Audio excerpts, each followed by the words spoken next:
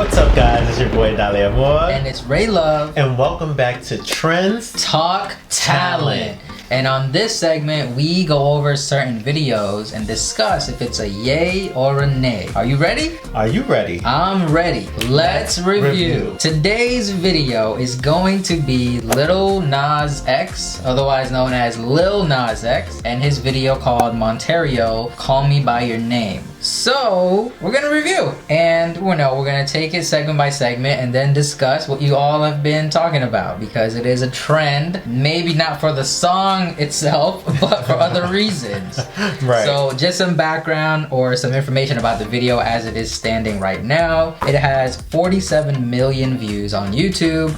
That's 4 days of being uploaded. It has 2.1 million likes and 162,000 dislikes. So, ratio is pretty off balance, I would say. Millions to 100,000, let's say. How do you want to start with this? Well, I mean, there's clear controversy here with this video. The video raises a lot of negativity, seems so. Unfortunately, because, you know, when a person comes out with their art and whatever it is that they're doing with their talent, particularly expect to get the type of response. However, I feel like this was strategically done. Yes. Because when you put everything in place as to the response that he got versus your normal typical response that a person would have after dropping a video, I think that it was more so intentional. You know, good publicity versus bad publicity. Right. It's all still publicity. I personally feel like he had to do this in his mind to get a certain type of response because of the day and age that we live in today. Right.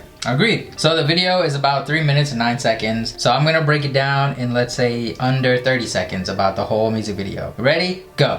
So it opens up with the clouds and him talking about being accepted in this fantasy land called Montero. Gives a little bit of Avatar vibes. He becomes himself and also becoming other things. The hook comes on, very catchy. Then it switches to the denim outfit, and he's basically in a denim outfit. Then he's chained up in a fluffy pink outfit. He slides down the pole all the way down to this red place, which you can call hell. Then he's pole dancing, then he lands, grinds and twerks on the devil, or this person that is supposed to be the devil, kills the devil, then puts the horns of the devil on himself, and then hence becomes the devil, and then the music video ends. That's the video in a nutshell. If you haven't seen it, that's what you're missing out on. So the big thing that people want to talk about, what is he trying to do with his image, and also, is it right?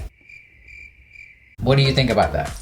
Okay, so as far as his image, definitely a change. Yes. Like, I'm talking about drastic change. Like, we went from cowboy swag with the, you know, hat on, boots with the little, what are Spurs. they? The Spurs. I was about to call them bells. The boots with the Spurs to this very raunchy type of personality characteristic. This metamorphosis in his character and his appearance was literally to shock the system of his viewers. People who already are following him or whoever are fans of his. Right. And then also people who don't know much about him. Right. And they kind of like, they're going to come in strong with whatever opinions that they have about it. They're either going to really, really love it because it kind of gives you extra and it gives you a lot of, you know, dramatic. And some people, they love that. Some people, they don't care for it because, I mean, it's just like I said, a shock to the system. And I'm like completely an advocate for this when it comes to like when a person changes things up about what they're doing. It takes time for your current viewers, fans, supporters to kind of get adjusted to this. It's kind of like taking a person out of a group and replacing them with someone else. It's kind of like, who's this person? In this situation, this is exactly the feeling that I feel like a lot of his current fans have. And then the people who are coming in who probably already had a certain kind of perception of him. Yeah, no, I hear you. I think we talked about this before a little bit off camera, that music, especially in today's era, it really can't be the same. You have to either be super duper talented where you do something so amazing that everybody loves it, or you have to do something so outlandish and outrageous that everybody talks about it. So if you talk about it, we're not even reviewing the song anymore. We don't even care about the music. We're literally talking about him in this video and devils and demons and selling his soul and all these other things not associated with, let's say, the song. Because if you hear the song, it's not anything to do with the video. You don't get that visual right, at exactly. all. You might get a dancer or, you know, something in a fantasy land, yes, but I don't think you get that, which is what I think he needed to do. I don't know the creative perspective he was going with here, but this is his vision and his team's vision. And you got to say to yourself, okay, what can we do to push the envelope? And that's what you got to do in the music, because people won't gravitate towards you. If he just did a regular song, it might do really well, maybe 10 million,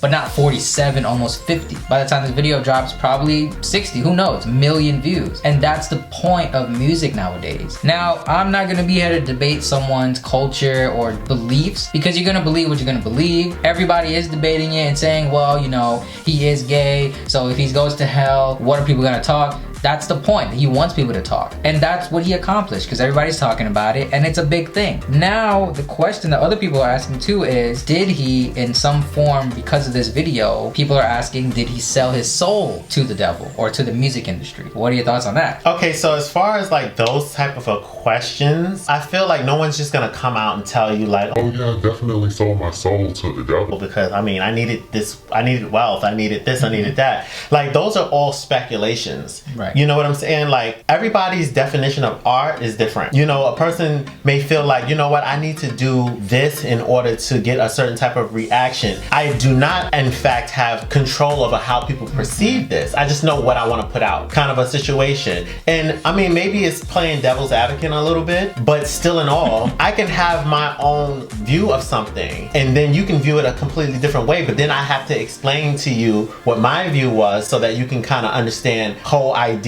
going into the situation altogether. Because what we don't understand, we always take negatively. Then we're going to vocalize on it. We're going to basically see whoever else is going to jump on that bandwagon with us, because, you know, you're stronger in numbers. Whatever his vision was, potentially demonically, you know, selling your soul kind of situation, or not, it was supposed to get a reaction. It got a reaction. And the backlash that comes from it, or whatever reaction that comes from it that is negative, I think that him and his team were kind of in the know of that. Like, they knew, like, okay, we put this out now, because, you know, people are gonna have their opinions before everybody else gets exposed to this. They're basically saying, like, you know, if I was there, if I was a little fly on the wall, I would think that the conversation would go like, okay, now if we put this out, you gotta be fully prepared for what's gonna come of it, because it's gonna be something. We just don't know exactly how intense it's gonna be, but it's going to be intense. Made the decision, and then at some point in time, you have to press the button. It's about pushing the envelope. It's about being extreme and going as far as you can, because you have to understand, in the music industry, you're always gonna want to top what you did last. Oh, we're just gonna dance? We can't just dance. We can't just sing. We can't just have a microphone. No, you gotta do something next level. Wherever, if it's a negative thing or a positive thing, if you don't do it next level, then you won't get there. This is his vision, and people are gonna take it how they're gonna take it. It's his life, and it's his image to have people look at and say like, okay, well, now when I think of him, many people do, they're gonna view this as his new image. And maybe that's what he wants. I don't know. We don't know. We can only speculate, which is what we're doing. Now we're gonna shift gears a little bit and talk about the sneakers that he also put out there. So these sneakers are quote unquote called the Satan shoes. It's a customized pair of Nike Air Maxes. It comes with a drop of blood. They only produced 666 pairs, and it has 666 on the side of the sneaker, and also on the one other side of the sole it has the Luke 10:18, which is a Bible verse about Satan's fall from heaven. What are your thoughts about the sneakers? Oh, and Nike denies involvement with making this, so this is not part of Nike. This is part of a group called Mischief, which teamed up with Lil Nas X to produce a sneaker. As far as my opinion on the situation, as far as this drop of blood that claims to be inside of it, or whatever the case is, of human blood or whatever, from what it looks like, as far as the images that I've seen, it looks like there is some type of liquid inside of the bubbles of the shoe. Now, when you put all of the scenarios together as far as what came about for this video, and now that he's, you know, customizing something with something that looks like blood that's in it, of course people are going to run off of the bridge, the roof, the ledge. Real blood in there, and this and that, etc. It's like, okay, even if it is real blood inside of the shoe, at the end of the day, I don't even know what to make of that. When a person comes out with something, they're gonna be thinking like, you know what, people are gonna think it's real blood in here. And am I going to deny it? Probably not, because that's something else. It goes with the territory of the whole video. Like, it's just something else for people to be talking about, regardless on if it's true or not. The fact that people think it's true makes it go viral. And I feel like what Lil Nas is doing is basically playing on people's imagination. If you've ever taken marketing or business, there's a lot of key points that are in here that fall along the lines of business and marketing. It was a little weird, but it was definitely genius and strategic. At the end of the day, that's what it's about. It's about getting attention and it's about selling, and that's what he's doing. All of you want the drama. You want that. I'm guaranteeing you that you probably saw on some social media feed something good and something dramatic or drama filled, and you definitely wanted to go to find out about that drama more than you went to the good thing of, oh, a puppy had a baby and they all lived cute and happy. No, you don't want that. You want Lil Nas X and fuzzy devil. Like, that's what you want, because those headlines, you want to read more into it. And I think for the sneakers, honestly, they look like nice sneakers. I would just not buy them just because it has those comparisons to like the 666 and the Bible verse and all that. I don't really want that on me. I feel like what he's doing is genius, but then it's kind of like, okay, well, now you have to live with this and keep pushing with this. So a lot of people, especially if you want to call him a pop star, if you look at like Miley Cyrus, look at how she went through. She went through so many different phases, and now she's hopefully at a point where she likes what she's doing, but she also had to go through different stages to kind of, I guess, find herself. And that's what happens when you become a superstar, because when Old Town Road dropped, he blew up. You don't know what that's gonna do to people. This is what it's doing. And that's why people say, oh, the music industry is forcing him to do this and he's selling himself and he's doing that. But like I said, you kind of have to top yourself. If you don't, you're gonna just be a one-hit wonder. In the music industry alone, and in many industries, but specifically in the music industry, your niche is not one thing. It can't be. So if you're not behind the scenes doing anything, because behind the scenes in the music industry is what's mostly important, is where the real money is. When you're just a performer, then you have to be the performer. You're gonna have people on your team that's gonna make suggestions, because we don't even know what his circumstances actually are when it comes to who's in charge of what. Now, usually, like at least back in the day, when you were under a label or something like that, those were the people in control of your everything, your image, what it was that you put out. If you put something out at all, you're literally in debt to your label. So with those things being said, I just would like for people to take that into consideration when trying to determine what's actually happening here with Lil Nas, because he may not even be behind it at all. I mean, it's gonna work for him in more ways than it's not gonna work for him because of the level of publicity that it provides. Like Ray said, he has to now live with whatever decision that was made, regardless on if it was solely his decision or if it was a collective kind of decision according to the label that he's with and whatever else is involved. And I make the comparison again to Miley Cyrus because people don't remember, she started off as Hannah Montana. Yes. Some of y'all didn't even grow up with Hannah Montana.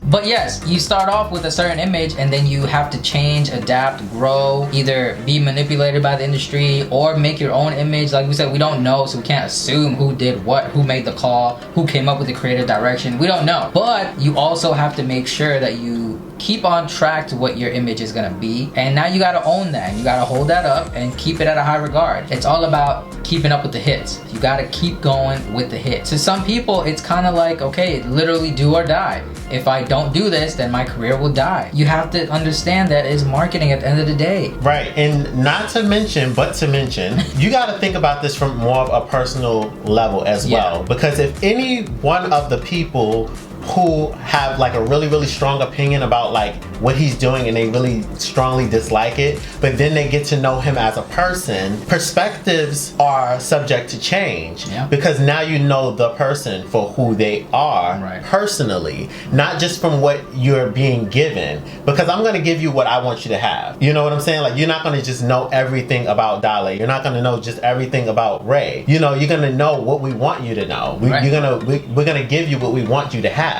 So when you know people on a personal level, which we don't know him on a personal level at all. Never met him, anything. But I noticed that our perception of a person tends to change because you've gotten a little bit more of that person in a real life situation versus what is being presented to you with social media. Gotta keep going with the hits. You don't want to be a one-hit wonder. You don't want to be on that shelf and everybody knows you for Old Town Road. You want to evolve, and if this is the choice you gotta make, now people are gonna say, okay, well, what are you gonna do next? And that's what we're waiting on, because now you have us intrigued, you have us talking about it, the buzz is there. We want to know. I wish him the best. I wish that people, you know, don't threaten his life or feel like they have to put something bad on his name, because this is his art, this is his image, this is what he wants to do. As long as he's not hurting himself or anyone, let him do what he wants to do, because we are all watching it. 2 million people liked it and only 100,000 didn't like it, so the odds are in his favor, and that's it. That's really it. All right guys, thank you so much for watching with us. Don't forget to like, comment, and subscribe, and please let us know your thoughts, because I'm sure you have something to say. Thank you.